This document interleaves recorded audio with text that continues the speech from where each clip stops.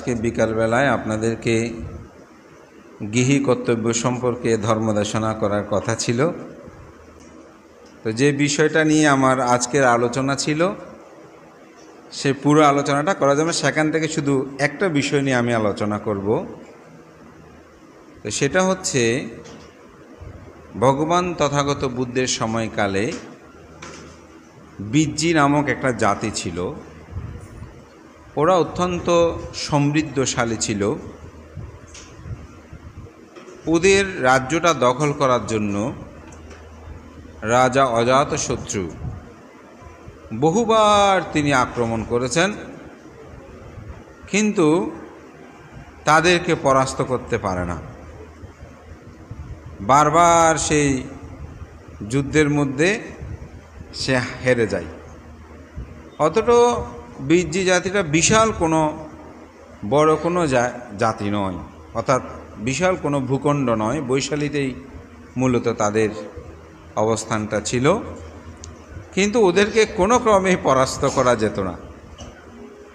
এমনভাবে কি আক্রমণ করলো, কিন্তু গিয়ে আবার বেশিক্ষণ টিকতে পারে না, সেখান থেকে আবার পালিয়ে চলে আসে। তো এইভাবে তাদেরকে যখন পরাস্ত করতে পারছে না, তো একদিন রাজা অজাতশত্রু বলছে, তার একজন মন্ত্রী ছিল যার নাম ছিল বর্ষাকার ব্রাহ্মণ। তো তাকে বলছে যে বুদ্ধের শিষ্যদের মধ্যে অনেক রাজপুত্র আছে, অনেক রাজ্যের রাজা আছে যারা সংসার ত্যাগ করে ভিক্ষু হয়েছেন। আমি বারবার যে পরাস্ত হচ্ছি, আমার এত শক্তি থাকা সত্ত্বেও একটা ছোট্ট জাতির কাছে অবশ্যই তারা আমার বিষয় নিয়ে কোনো আলোচনা করবে। বলে যে কী আলোচনা করে, এটা একটু খবর নিয়ে দেখো। তো দেখা গেল সত্যিই সবাই এটা নিয়ে এদিক সেদিক ঘুরেফেরা করছে, গোয়েন্দা তত্ত্ব লাগিয়ে দিয়েছে, কোনো আলাপ আলোচনা করে কিনা। তো এক সময় তথাগত বুদ্ধ এবং আনন্দের মধ্যে এই বিষয়ে একটি কথোপকথন হয়। তো আনন্দ তথাগত বুদ্ধকে প্রশ্ন করলেন, তথাগত বুদ্ধ,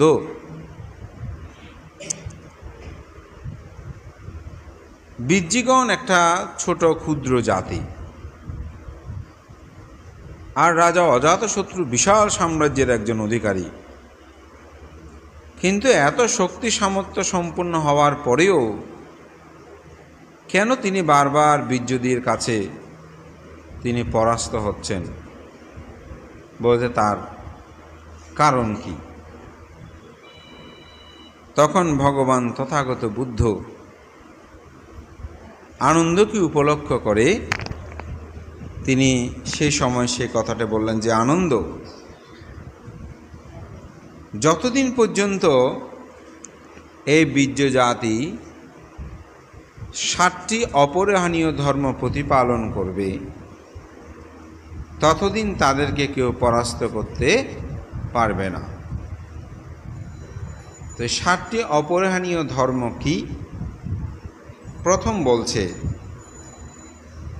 যতদিন পর্যন্ত ভিক্ষু ও সাধু সৎপুরুষগণকে দর্শন হতে বিরত থাকবে না, ততদিন পর্যন্ত তাদেরকে কেউ পরাস্ত করতে পারবে না। এটা হচ্ছে প্রথম। তো আনন্দকে জিজ্ঞাসা করছে, আনন্দ, বিজ্জিগণ কি সাধু সৎপুরুষ ভিক্ষু শ্রমণ তাদেরকে দর্শন করতে খুব আগ্রহী হয়? বলে যে হ্যাঁ তথাগত বুদ্ধ, তারা সাধু সৎপুরুষগণকে দর্শন করতে আগ্রহী হয়। যেমন কোনো একজন শীলবান ভিক্ষু এসেছে, আমরা সবাই সেখানে সমবেত হই, এ বলে যে একজন ভালো ভিক্ষু এসেছেন, তার সাথে একটু দেখা করি। একজন গুণী মানুষ আসলো, উনি খুব পণ্ডিত জ্ঞানী, গৃহী হোক, বলতে তাকে আমরা একটু দর্শন করি।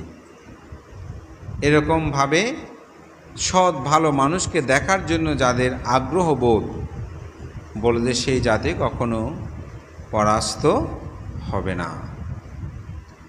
দ্বিতীয়ত, সে বর্জিগণ যারা সদ্ধর্ম শ্রবণে উদাসীন হয় না, অর্থাৎ ধর্ম শ্রবণ করার জন্য যাদের মধ্যে কোনো আগ্রহ নেই,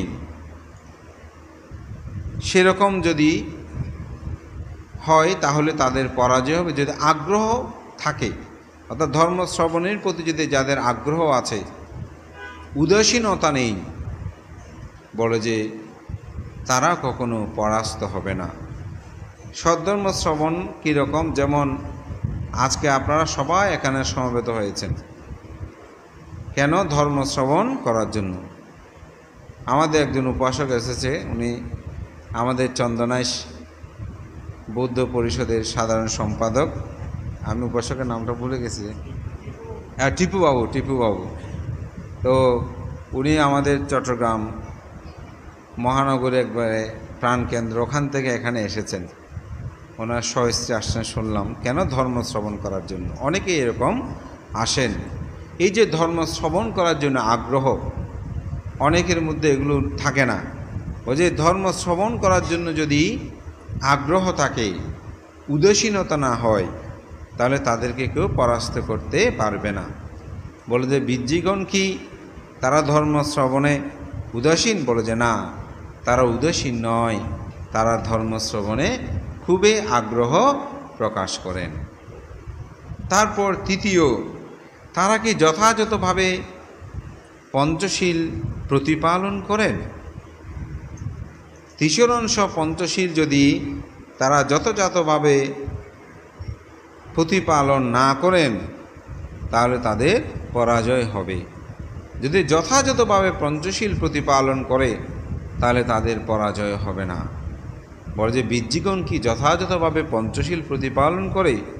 বলে যে হ্যাঁ, তথাগত বুদ্ধ তারা যথাযথভাবে তৃতীয়াংশ পঞ্চশীল প্রতিপালন করে। আবার বলছে চতুর্থত, ভিক্ষুর প্রতি সাত পুরুষগণের প্রতি তারা কি প্রসন্ন হয়? অর্থাৎ ভিক্ষু সঙ্গ দেখলে, শ্রমণ দেখলে প্রসন্ন মানে শ্রদ্ধাবোধ জাগ্রত হয় কিনা। অনেক সময় আমাদের মধ্যে সেটা হয় না, কে এসেছে, আমার কি আসা যায়, এরকম। অর্থাৎ তারা যদি প্রসন্ন হয়, তাহলে তাদের কোনো সময় পরাজয় হবে না। বলতে পঞ্চমত, বিক্ষিপ্ত চিত্তে, অর্থাৎ তারা এলোমেলো ভাবে, তারা কি আনমনা হয়ে ধর্ম শ্রবণ করে? অর্থাৎ তারা কি যে মানে উদাস মনে, গভীর শ্রদ্ধাচিত্তে হীন হয়ে, শ্রদ্ধাচিত্তহীন হয়ে, বলে তারা কি ধর্ম শ্রবণ করে? বলে যে না, তারা গভীর শ্রদ্ধাচিত্তে হয়েই ধর্ম শ্রবণ করে। বলে যে তাহলে তাদের কোনরূপ পরাজয় হবে না। আবার বলছে বুদ্ধ শাসনের বাহিরে কি তারা কোনো দান ধর্ম করে? অনেক সময় আমরা নিজেদের ধর্ম ছাড়া অন্যান্য ক্ষেত্রেও আমরা কি করি? আমরা দান ধর্ম করি। তো এটা আমি যেহেতু লাইভে চলে, অনেক সময় ব্যাখ্যা দিতে পারি না। অনেক সময় এখানে মাইক টেক নিয়ে বাজায়, যেখানে আপনার জবাই হয়, সেরকম জায়গায় অনেক সময় অনেকে দান করে। এরকম দান থেকে কি তারা বিরত থাকে কিনা? বলে যে হ্যাঁ, তারা সেখান থেকে বিরত থাকে। বলে তাহলে তাদের কোনোরূপভাবে পরাজয় হবে না। এরপরে বলছে তারা কি পরের দোষে দোষী হয়? অর্থাৎ কেউ একজনের দোষ করলে নিজেও সেই দোষের সাথে একসাথে গা ভাসিয়ে চলে, বলছে সে যখন করেছে আমিও করব। বলে যে না, এগুলো থেকে তারা পরিহার করে জীবন যাপন করে। বলে তাহলে তাদের পরাজয় হবে না। তারপর বলছে এই সাতটাই হচ্ছে মূলত তাদের জীবনকে রক্ষা করার একটা কবচ। বলছে এইরূপভাবে যদি জীবন যাপন করে, তবে তাহলে তাদের পরাজয় হবে না। তবে আরও 7টি কারণ বুদ্ধ ব্যাখ্যা করেছেন। সেই 7টি কি? বলে যে তারা সভা সমিতিতে সর্বদাকে একত্রিত হয়। এটা হচ্ছে ব্যক্তি বিশেষ অথবা মানুষগুলো কীরকম, এই 7টি কারণ যদি মানুষের মধ্যে বিদ্যমান থাকে তাহলে তিনি প্রকৃত একজন উপাসক এবং উপাসিকা। তো সেজন্য বলছে তাদের মধ্যে এই 7টি বিদ্যমান আছে কিনা ব্যক্তি জীবনে। আবার বলছে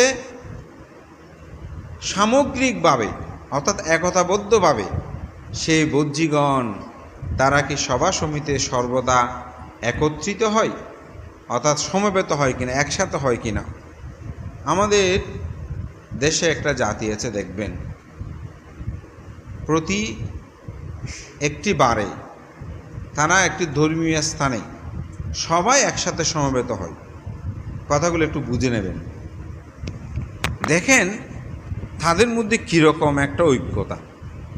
এই 3 মাস আমি বলবো আপনারা যে এখানে হয়তো সকালবেলা 1 ঘন্টা, বিকেলে 2-3 ঘন্টা একসাথে আপনারা যে এক জায়গায় প্রতি সপ্তাহে একবার করে সমবেত হন, দেখেন আপনাদের মধ্যে একটা কীরকম আন্তরিকতার সেতুবন্ধন রচনা হয়। তো এটা যদি সর্বসময়ে থাকে তাহলে তো এটা চিন্তা করাই যাবে না কেমন হবে। তো সেজন্য বুদ্ধ বলছে, হে আনন্দ, যাহারা সভা সমিতিতে সর্বদা একত্রিত হয় তাদের কোনো সময় পরাজয় হয় না। বলে বীজ্যিগণ কি তারা সভা সমিতিতে একত্রিত সমাবেত হয়? বলে যে হ্যাঁ তথাগত বুদ্ধ তারা একসাথে সমাবেত হয়। বলে তাহলে তাদের কোনো রূপভাবে পরাজয় হবে না। বলে দ্বিতীয়ত সর্বদা তারা একতাবদ্ধ হয়ে একত্রিত হয়, সভা শেষে সকলে কি একসাথে চলে যায়? বলে যে হ্যাঁ তারা সকলেই সমবেত হয় এবং একসাথে তারা সভাস্থল ত্যাগ করে। অনেক সময় সভাস্থলে আপনারা সভা করলেন, 2-4 জন চলে গেল, আর 2-4 জন একসাথে বসে এমনি কথা বললে বলো যে আমরা সবাই সভা শেষ হলো আমরা চলে আসলাম, কিন্তু ওনারা 2-3 জন কী আবার আলোচনা করতেছে। একটা সন্দেহ কিন্তু মানুষের মধ্যে উৎপন্ন হয়, ওদের সভাস্থল তারা কি একসাথে ত্যাগ করছে কিনা। বলে যে হ্যাঁ তারা সভাস্থল একসাথে ত্যাগ করছে। বলে যে তাহলে তাদের কোনোরূপভাবে পরাজয় হবে না। বলে যে তাদের দেশের মধ্যে যে সুনীতিগুলো বিদ্যমান আছে অর্থাৎ অতীত নিয়মগুলো বিদ্যমান আছে সেগুলো তারা রক্ষা করে চলে কিনা। নতুন নতুন কোনো আইন তারা যদি না করে, পুরাতন নিয়মগুলো যদি কুসংস্কার মুক্ত হয় তাহলে সেগুলো যথাযথ যদি থাকে তাহলে সেগুলো তারা যথাযথভাবে প্রতিপালন করে কিনা। বলে যে হ্যাঁ তারা সেগুলো যথাযথভাবে প্রতিপালন করে, যদি না করে তাহলে তাদের পরাজয় হয়। যেমন একবার আমি ধর্ম পূজা নিয়ে দেশনা করেছিলাম, আমাদের একটা সমাজ সংস্কার নাম দিয়ে ধর্ম পূজাটা বন্ধ করে দিল। কোনটা? যেটা পুরোহিত বলে, তো ধর্ম পূজা এটা বন্ধ করে দিল। তো একটা ঘট দিয়ে ধর্ম পূজাটা শুরু করলো। তা আমি এটা অনেক জায়গায় গিয়ে দেখলাম আসলে জিনিসটা দেখতে কেমন। একটা যদি ধর্ম পুজো হয় এটার ধর্ম সভাতে কত সুন্দর লাগে, এটা তারা যে সূত্রপাঠ করা যাবে না তা না, কিন্তু এটা আমাদের পূর্ব আচার্যগণ অনেক চিন্তা করে এটা প্রবর্তন করেছেন। সূত্রপাঠের সামনে যখন আপনি ঘট দিয়ে ধর্ম পুজোটা দিয়ে বাতি দিয়ে ধূপকাঠি দিয়ে একটি সুন্দর পরিবেশ রচনা হয়, কেমন লাগে আপনারা বলেন তো? এটার মধ্যে একটা শ্রদ্ধাবোধ জাগ্রত হয়। আমি নিজেও সেটা দেখে সূত্রপাঠ করতেও নিজের মধ্যে একটা আনন্দ লাগে। এই যে নবরত্ন পরিত্রাণ আমরা বলি, 9টা ঘট, 9টা ধর্ম পূজা, 9টা সুতা, 9টা অমুক, আসলে এগুলো ছাড়া কি সূত্রপাঠ হবে না? অবশ্যই হবে। কিন্তু এগুলো যখন দিয়ে একটা সাজানো হয় তখন কিন্তু শ্রোতাগণের মধ্যে একটা শ্রদ্ধাবোধ জাগ্রত হয়, যারা পাঠ করে তাদের মধ্যে একটা শ্রদ্ধাবোধ জাগ্রত হয়। এই যে পুরনো নিয়মগুলো উচ্ছেদ সাধন করে, বলে যে এরকম উচ্ছেদ সাধন না করে সেগুলো যারা রক্ষা করবে তাদের উন্নতি শ্রীবৃদ্ধি হবে। এরপর চতুর্থত বলছে, যাহারা বুদ্ধগণকে, তার শিষ্যগণকে, সাধুগণকে সর্বদা সম্মান করবে, গৌরব করবে, প্রত্যুত্থান করবে, পরম পূজায় পূজা করবে, তাদের কথা মেনে চলবে, বলতে সেই জাতির কখনো পরাজয় হবে না। যেমন কোনো বয়োজ্যেষ্ঠকে দেখলেন, ভিক্ষু সংঘকে দেখলেন, বুদ্ধ, তখন তো বুদ্ধ জীবিত ছিলেন, সেজন্য বুদ্ধের কথা বলছে। ভিক্ষু সংঘকে দেখলেন, তাদেরকে যদি আপনি শ্রদ্ধা করেন, সম্মান করেন, প্রত্যুত্থান করেন, প্রতি পূজা করেন, বলছে সেই জাতির কখনো পরাজয় হবে না। গৌরব, শ্রদ্ধা, সম্মান, অনেক সময় সেটা আমরা করি না। কালকে মনে হয় আমাকে আমাদের একজন উপাসক বলছে, ভান্তে এই সোশ্যাল মিডিয়াগুলোতে দেখতেছি শুধু প্রতিনিয়ত ভিক্ষুদের বিরুদ্ধে লিখতেছে। তো আসলে এটা কিন্তু আমাদের জন্য খুব একটি গ্রহিত কাজ। তাতে আমাদের প্রজন্মগুলো ভিক্ষু সংঘদের প্রতি শ্রদ্ধাবোধটা হারাবে। ভালো মন্দ এটা কিন্তু সব জায়গায় আছে। এখানে যে মানুষগুলো বসে আছে সবাই যে ভালো তা না, খারাপও আছে। কিন্তু আমরা যদি আমাদের ছেলে মেয়েদেরকে প্রতিনিয়ত এই মানুষ খারাপ, ওই মানুষ খারাপ, ওই মানুষ খারাপ এরকম করি, তখন আমাদের সন্তানগণ তাদের আত্মবিশ্বাসটা হারাবে। এখন ভিক্ষুদেরকে নিয়ে যেভাবে শুধু প্রতিনিয়ত গালিমন্দ করা হয়, অমুক করা হয়, সমুক করা হয়, কাউকে বন্য, কাউকে ব্যবসায়ী, কেউ কিছু একটা করলেই শুধু সেটা আমরা বলি, খারাপটাকে আপনি বলেন, কিন্তু এভাবে ঢালাওভাবে এবং প্রতিনিয়ত ভিক্ষুদের বিরুদ্ধে কুরুচিপূর্ণ শব্দ এবং তাদেরকে খারাপভাবে যখন আপনি বলবেন, তখন কিন্তু প্রজন্ম ভালো ভিক্ষুদেরকেও নিন্দা করবে, তখন তাদের মধ্যে অকুশল সৃষ্টি হবে। একটা উদাহরণ আছে জাতকের মধ্যে, আমি কয়েকবার দেশনায় সেটা বলেছি, যে এক বনের মধ্যে 500 হাতি বাস করত। সে 500 হাতির একজন প্রধান ছিল। তো তারা এক বন থেকে আরেক বনে গিয়ে প্রত্যেক দিন সেখানে তাদের আহার সংগ্রহ করত। তো যাওয়ার পথে একজন ভিক্ষু সেই গাছতলে বসে ধ্যান করত। তো হাতিগুলো যাওয়ার সময় ভান্তেটাকে দেখে আঁটু ভেঙে শুন্ডু নিচে করে, মাথা নিচে করে তাকে বন্দনা করত। এভাবে বন্দনা করে করে প্রত্যেক দিন যেত। তো সেখানে এক ব্যাধ, অর্থাৎ পশু শিকারকারী, সে মূলত হাতি হত্যা করে হাতির দণ্ডগুলো, অর্থাৎ দাঁত নিয়ে সেগুলো বেচা বিক্রি করে তার জীবন জীবিকা নির্বাহ করত। তো সেই বনে তিনি প্রবেশ করলেন। প্রবেশ করে দেখতে পেল যে একজন ভিক্ষু সে ভাবনা, অর্থাৎ গাছতলে বসে থাকে, তার পাশ দিয়ে এই 500 হাতি একসাথে যায়। যাওয়ার সময় মাথা নিচু করে হাঁটু ভেঙে তাকে বন্দনা করে। তো সে চিন্তা করতেছে, খুব ভালো তো, এখন আমি তো প্রত্যেক দিন দৌড়তে দৌড়তে অনেক কষ্ট করে কোনো ক্রমে একটা হাতি শিকার করেই, তাও সবসময় পারি না, কিন্তু আমি যদি এরকম কাপড় পরিধান করি, অর্থাৎ গেরুয়া বসন পরিধান করি, আমি যদি এরকম ওনার মতো বসে থাকি, তাহলে ওরা সবাই আমাকে নমস্কার করবে। এই নমস্কার করার সময় আমি বন্দি করে ফেলব। তো সে মুন্ডুক মস্তক হয়ে ওই পথ দিয়ে আরও একটু দূরে গিয়ে বানতেও, যেটা আসলে শিলবান ভিক্ষু সাধক তার ওখানে নয়, তার চেয়ে আরও অনেক দূরে গিয়ে ঠিক একই পথে সে সেখানে একদম চোখ টোক বন্ধ করে ধ্যানের মতো বসে থাকে। তো যাওয়ার সময় সে গন্তে থাকে, সন্ধ্যায় যখন ফিরে যায় 1, 2 এভাবে গন্তে থাকে। গন্তে গন্তে সর্বশেষ যেটা, অর্থাৎ 500 জন শেষে, সেটাকে সে জাল নিক্ষেপ করত, নিক্ষেপ করে তাকে ধরে ফেলত, ধরে তাকে হত্যা করে তার দাঁতগুলো নিয়ে মাংসগুলো অন্যত্র ফেলে দিত। এখন 500 জনের যিনি প্রধান, তিনি তো সামনে দিয়ে হেঁটে যেতেন। দিন দিন দেখতে পেল তার সঙ্গীদের সংখ্যা কমে যাচ্ছে। তখন সে চিন্তা করছে, আমরা তো একসাথে এখানে বিচরণ করি, আগে তো কখনোই এরকম হয় নাই, কিন্তু দিন দিন দেখতে পাচ্ছি এক একটা আমার সঙ্গী অর্থাৎ হাতি কমে যাচ্ছে, তার কারণ কি? তার মধ্যে একটা মনে সন্দেহ আসলো। ওই যে শিকারী বেয়াদব সেই কাপড় পরিধান করেছে, তার প্রতি একটা সন্দেহ আসলো।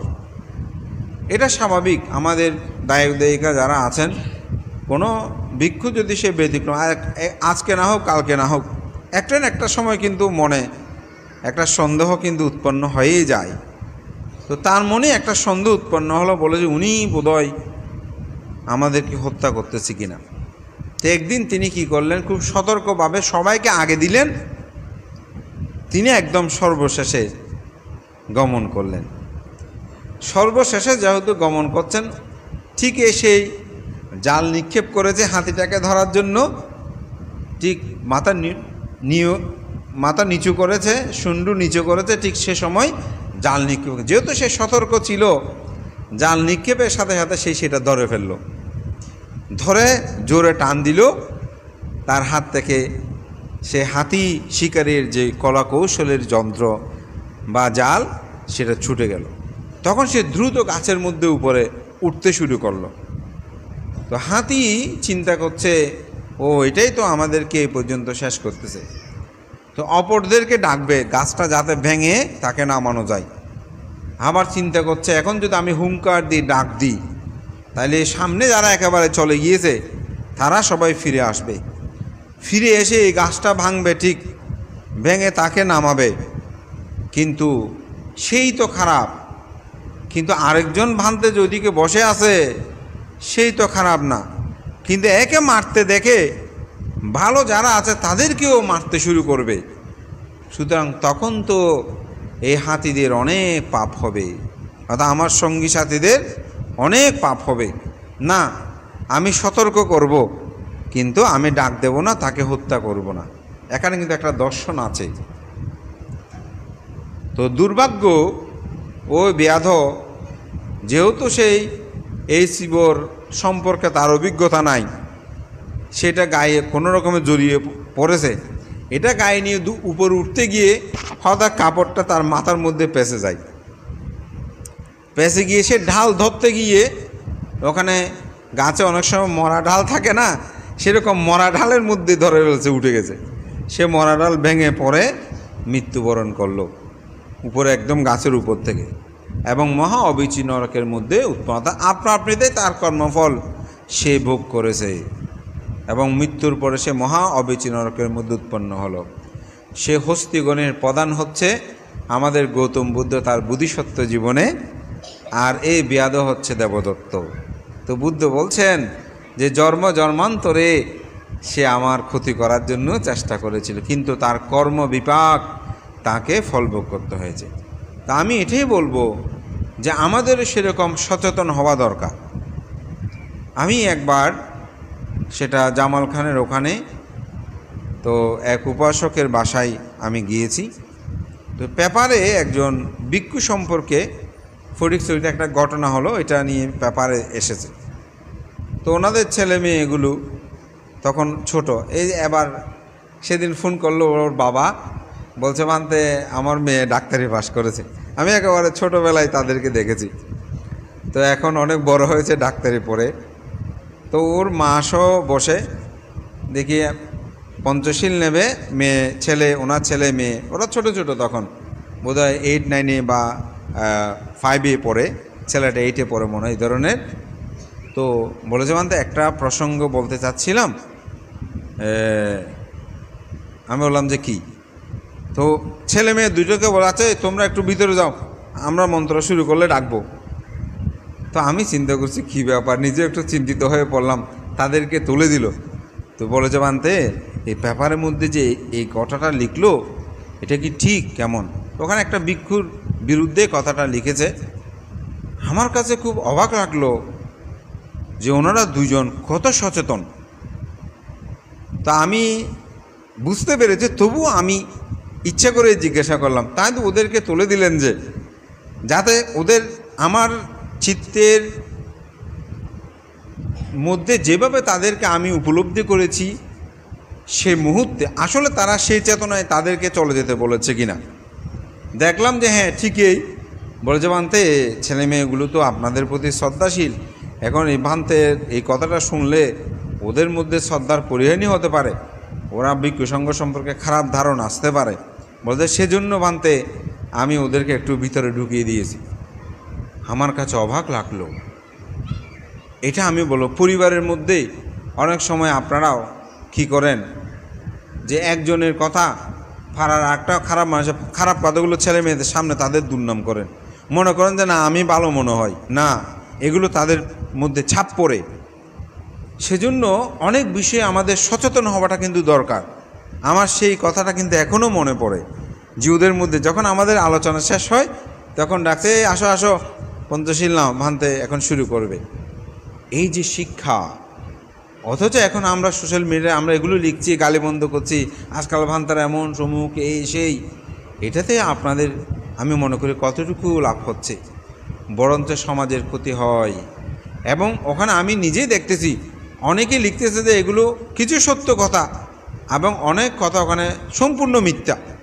তাহলে মিথ্যার দ্বারা কি তার পাপ হচ্ছে না? প্রয়োজন কি আমরা ভালো কথাগুলো বলি। একজন উপাসক আমাকে দিয়ে প্রশ্ন করে, বানতে মরাতে গেলে আপনারা শুধু এই লোকটা ভালো ছিল, এই লোকটা এমন ছিল, উনি যে খারাপ ছিল এগুলো বলতে পারেন না। তা আমি বললাম, উপাসক এটা আপনি কি বললেন? একটা মানুষের ভালো গুণগুলোই মানুষ বলে, খারাপগুলো বলে না। অনেক যুক্তি, সর্বশেষ যুক্তি দিলাম, আপনি আজকে কী কী খেয়েছেন জিজ্ঞাসা করি, কিন্তু যখন টয়লেট করেছেন সেখানে কী কী খাদ্য চলে গেছে সেই টয়লেটের কথাগুলো বলেন? কেউ জিজ্ঞাসা করে? বলছে না মানতে এগুলো কেন জিজ্ঞাসা, ময়লা মলমূত্রের কথা কেউ জিজ্ঞাসা করে? আমি ঠিক খারাপগুলোর কথা কেউ বলতে চায় না, কারণ ওগুলোর দ্বারা ক্ষতি হয়। বরঞ্চ মানুষের ভালো গুণগুলো বলা আমাদের উচিত। তবে ভালো গুণের মধ্যে অতিরিক্ত ঠিক না। যে মানুষটা কোনোদিন অষ্টশীল নেয় নাই, বিহারেও আসে নাই, আমরা অনেক সময় বলি তিনি সবসময় অষ্টশীল নিতেন, আমরা তখন হাসি। তারপর তিনি একেবারে কোনোদিন বিহারেও আসে না, এরকম অনেক মানুষ আছে। তো আমরা তখন হাসি। এই ধরনের না, যেটা সত্য আপনি সত্যটা বলবেন, মিথ্যাটা বলার দরকার নয়, সত্য যেটা সত্য সত্য বলবেন। এই জন্য আমি বলবো ভালো গুণগুলো আমরা তো বলতে পারি, বুদ্ধের কত ধর্মপথ আছে সেগুলো আমরা পোস্ট করতে পারি, সেগুলো আমরা লিখতে পারি। হ্যাঁ, যেটা সমাজের প্রয়োজন, যেটা যুক্তিপূর্ণ আপনি সেটা বলেন, কিন্তু সব সময় মানুষের মন্দ দিকগুলো নিয়ে যখন আপনি দেখবেন তখন আমাদের প্রজন্মরা মন্দের প্রতি ধাপমান হবে। এবং আমি মনে করি সেটা আমাদের সকলের উচিত। এবং সপ্তাহ অপরিহার্য ধর্মের মধ্যে আমি যেটা বলছিলাম, সম্মান গৌরব প্রত্যুত্থান করা এটা প্রয়োজন। পঞ্চমত, যাহারা কুলকুমারী এবং স্ত্রীদের প্রতি যথার্থ সম্মান করে কিনা, হে আনন্দ বীর্যিগণ, অর্থাৎ বীর্যিগণ কুলকুমারী যারা আছে, স্ত্রী যারা আছে, তাদেরকে যথাযথভাবে সম্মান করে কিনা। যে জাতি যেমন নারীদেরকে অবজ্ঞা করে, তুচ্ছ করে, বেবিচার করে, তাদেরকে দাসীর মতো করে, সে জাতি কখনো কিন্তু উন্নত হবে না। বলে যে তারা যথার্থ সম্মান করে কিনা, বলে যে হ্যাঁ তারা যথার্থ সম্মান করে, বলে তাহলে তাদের কখনো কোনো সময় পরাজয় হবে না। আমার বলছে গ্রামের মধ্যে বা গ্রামের বাহিরে যেসব চত্ব আছে অর্থাৎ বিহার আছে, এগুলো সংস্কার করে কিনা। যেমন একটা পুরনো চৈত্য আছে, বিহার আছে, অনেক সময় সেগুলো সংরক্ষণ করে না। অনেক মানুষ আছে গ্রামে, এখন শহরে উঠে গেছে, কিন্তু গ্রামের কোনো খবরাখবর নেয় না। গ্রামের বিহার কেমন আছে, গ্রামের বানতে কীরকম অবস্থা আছে, এগুলোর খবরাখবর নেয় না। তো এটা কিন্তু উচিত, এটা আমাদের শিকড়, আমাদের ঐতিহ্য। আমি মনে করি সেগুলো রক্ষা করাটা আমাদের দরকার। এখানে আমরা যতই বাড়ি বিল্ডিং অমুক সমুক করি না কেন, কিন্তু আমাদের ঐতিহ্যটা, আমাদের ইতিহাসটা, আমাদের শেকড়টা হচ্ছে আমাদের গ্রাম। এই গ্রামগুলো যদি রক্ষা না হয় তাহলে জাতিসত্তাকে কখনো রক্ষা করা যাবে না। যাযাবর কখনো কোনো জাতিকে অস্তিত্ব টিকিয়ে রাখতে পারে না, এটা মনে রাখবেন। তো সেজন্য বলছে পুরনো চত্ব, পুরনো যে বিহার, এগুলো যেন সংরক্ষণ করে। যেমন আমাদের বিহারিও বলেন এমনি নতুন বিহার নির্মাণ করলে সবাই শ্রদ্ধাদান দেবে, কিন্তু যদি বলি যে একটু রং করতে হবে, এই টাইলসটা ভেঙেছে, এটা এমন সহজে সেখানে কেউ অংশগ্রহণ করতে চায় না। এটা একটা কঠিন ব্যাপার। নতুন একটা করবে বললে দেয়, কিন্তু এটা রক্ষণাবেক্ষণ করার জন্য যদি বলে তখন সেটা অনেক সময় আমাদের, কিন্তু এগুলো রক্ষণাবেক্ষণ করাটা আমাদের উচিত। এরপরে বলছে তারা অরহৎ এবং শীলবান ভিক্ষুদিগতে ধর্মতভাবে তাদেরকে যথার্থ সম্মান শ্রদ্ধা করে কিনা। ওই যেটা 7 জনের ব্যক্তি বিশেষ বলেছিলেন উপাসক গুণের, ঠিক অনেকটা আসলে এখানে সেরকম, বলতে তারা যথাযথভাবে সেটা রক্ষণাবেক্ষণ করে কিনা, ভিক্ষুদেরকে যথার্থ সম্মান করে কিনা, তাদেরকে এই যে আমাদের সোয়াইংপত্র আপনারা দেন এগুলো যথার্থ রক্ষা করে কিনা, বলছে করে। বলতে যতদিন তারা এরকম করবে তাদেরকে কেউ পরাস্ত করতে পারবে না। তো বর্ষাকার ব্রাহ্মণের কাছে এই খবরটা, যারা এখন গোয়েন্দা বললে সহজে বুঝবে এড়িয়ে কেমন, তারা গিয়ে বলল। তখন সেটা রাজা অজাতশত্রুর কাছে এই বিষয়ে অবহিত করল যে বিজ্জিগণ এই 7টি অপরিহার্য ধর্ম যতদিন রক্ষা করবে, বুদ্ধ বলছেন ততদিন তাদেরকে কেউ পরাজয় করতে পারবে না। তো বলে যে এখন কি করতে পারি? বলে আপনি একটা কাজ করেন, আমাকে যে কোনো একটা ছোটোখাটো অপরাধ দেখিয়ে আমাকে আপনার মন্ত্রিত্ব থেকে আমাকে বের করে দেবেন, আমি ওদের দলে গিয়ে যোগদান করব। যখন আমি খবর দেব তখন আপনারা আক্রমণ করতে আসবেন। তো বলে যে ঠিক আছে। তো একদিন বিচার কার্য হলো, ওই বর্ষাকার ব্রাহ্মণ এরকম একটা অপরাধ করেছে, ছোটোখাটো একটা অপরাধ দিয়ে বলে তোমাকে আমার মন্ত্রিত্ব থেকে বহিষ্কার করলাম। তাকে বহিষ্কার করলো, সেখান থেকে গিয়ে বিজ্জিদের ওখানে গিয়ে যোগদান করলো। এখন দল পরিবর্তন হয় না, দেখেন না। তো সেখানে গেল, গিয়ে সভা সমিতি যখন শুরু হলো, তারা প্রত্যেক সময় প্রায় সময় সভা আহ্বান করত, একসাথে বসতো, একসাথে সিদ্ধান্ত নিত, একসাথে সেগুলো প্রতিপালন করত।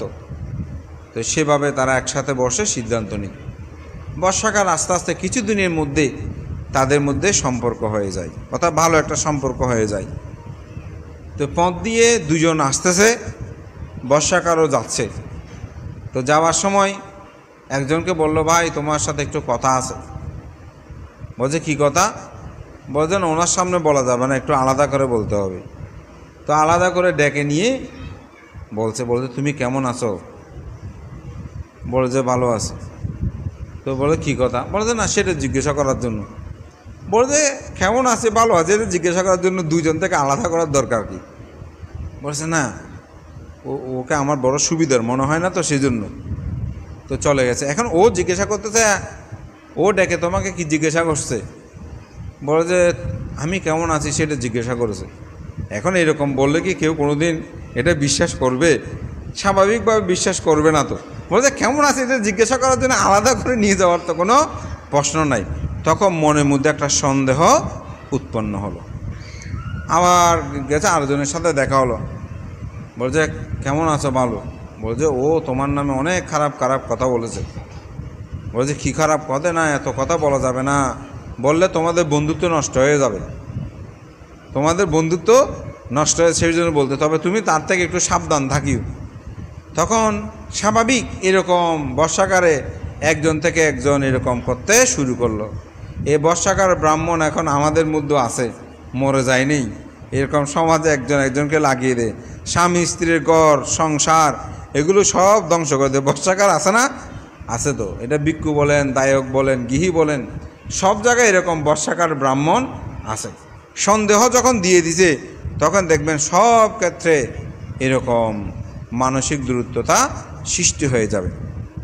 এইভাবে সৃষ্টি হতে শুরু করলো।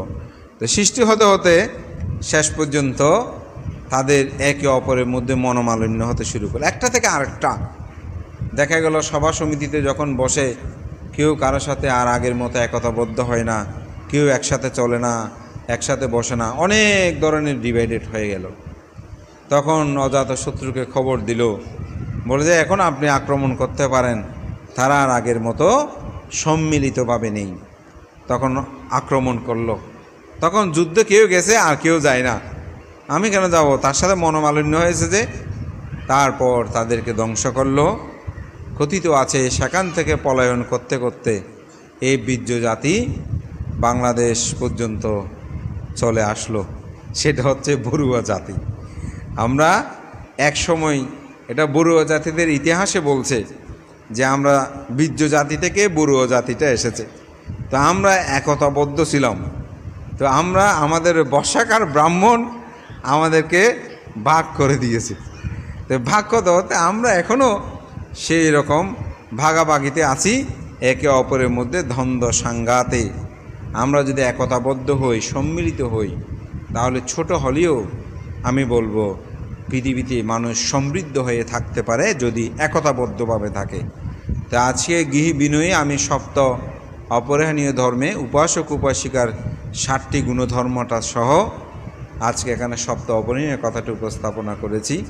বুদ্ধ এই জন্য সুখ সাঙ্গাসা সামাগ্গী সামাজ্ঞানাং তাপসুখ, সঙ্গের একতা হচ্ছে সুখজনক। তা আমি বলবো আমাদের মধ্যে যেন সেই একতা, ঐক্যতা এগুলো যেন বিদ্যমান থাকে। আমরা যেন বর্ষাকার ব্রাহ্মণ দ্বারা আমাদের আত্মীয় স্বজন জ্ঞাতি তাদেরকে যেন আমরা দূরে ঠেলে না দিই, একে অপরের মধ্যে দ্বন্দ্ব সাঙ্গাতে যেন লিপ্ত না হই। যে কোনো কিছুতে আমি মনে করি আমরা যেন একতাবদ্ধ থাকি। এই জাতিসত্তাকে আমি বলবো রক্ষা করতে হলে একতাবদ্ধের খুব প্রয়োজন। আমি ছোটোখাটো কিছু দেশে আমার যাওয়ার সৌভাগ্য হয়েছে, যেখানে আমি দেখেছি একতাবদ্ধ, সেখানেই তারা সফলতা লাভ করেছে। আমাদের দেশেও আপনারা যেমন রামু ট্র্যাজেডির পর চিন্তা করে দেখেন, সবাই যখন আমরা একত্রবদ্ধ হলাম, সেটা যেমনই হবে হোক, কিন্তু সরকার বাধ্য হয়েছে সেই বিহারগুলো পুনর্নির্মাণ করে দিতে। এটা কিন্তু কম জিনিস নয়। আরেকটি সম্প্রদায় টক শোতে ডাইরেক্ট বলে দিয়েছে, বলছে আমাদের অসংখ্য এরকম মন্দির ভেঙেছে, ঘর জ্বালিয়ে দিয়েছে, কোথায়ও এরকম তো সরকার ক্ষতিপূরণ দেয়নি, বৌদ্ধদের কেন দিল? এটা একটা অদ্ভুত ব্যাপার। এটা হচ্ছে নেতৃত্ব, এটা হচ্ছে একতা, ঐক্যতা। মানুষ যখন একতা থাকে, ঐক্যতা থাকে, তখন সে মানুষ সব কিছু লাভ করে। একটি সমাজ, একটি পরিবারের মধ্যেও যদি স্বামী স্ত্রী পুত্র কন্যা মা বাবা তাদের মধ্যে একতা ঐক্যতা থাকে, তাহলে সেটা আমি মনে করি সেই পরিবার সর্বদিকেই সমৃদ্ধতা লাভ করে। আপনাদের মধ্যে সেটাই প্রত্যাশা করে আপনাদের সকলে উত্তরোত্তর শ্রীবৃদ্ধি কামনা করে আমার ধর্মকথা এখানেই শেষ করছি। জগতের সকল প্রাণী সুখী হোক। এবার পুণ্যদান করেন, সবাই বলুন। ময়ং ভন্তে সংসারকন্তরো দুঃখাতো মোচনোত্তয়া নিব্বানাং সচ্চীকরণাত্তয়া ইদং মে ইয়াতিনং হোতো সুখেতহন্তো ইয়াতয়ো ইদং মে ইয়াতিনং হোতো সুখেতহন্তো ইয়াতয়ো ইদং মে ইয়াতিনং হোতো সুখেতহন্তো ইয়াতয়ো উন্নমে উদকং বট্টং এতানিন্নং পবত্ততে এবমেবায়িতো দিন্নাং পেতানাং উপকাপ্পতি यथा वारी बहापुरा परिपुरन्ते सागरम् एवमेवायितो दिन्नां पेतानां उपकप्पति यथा वत्तसायं मे सम्पदां पुण्यसम्पदां सब्बे देवा सब्बे सत्ता सब्बे भूताय अनुमोदन्तु सब्ब सम्पत्ति सिद्धियम् आकाशट्टा च भूमट्टा देवनागा महिन्द्रा भूयन्तां अनुमोदित्वा चिलं रक्षन्तु बुद्धशासनं चिलं रक्षन्तु बुद्धदेशनं चिलं रक्षन्तु मां परम् इमेना पुयकम्मेना मामे बाला समागमो सतं समागमो होतो यावनिब्बानापत्ति इदं मे पूयां आसवाक्कयवहं होतु इदं मे पूयां निब्बानस्सापच्छायोतु सब्बे सत्ता सुखिता हुन्तो सब्बदुःखा विनाशतो भावतो तिष्ठन्तो ते साधु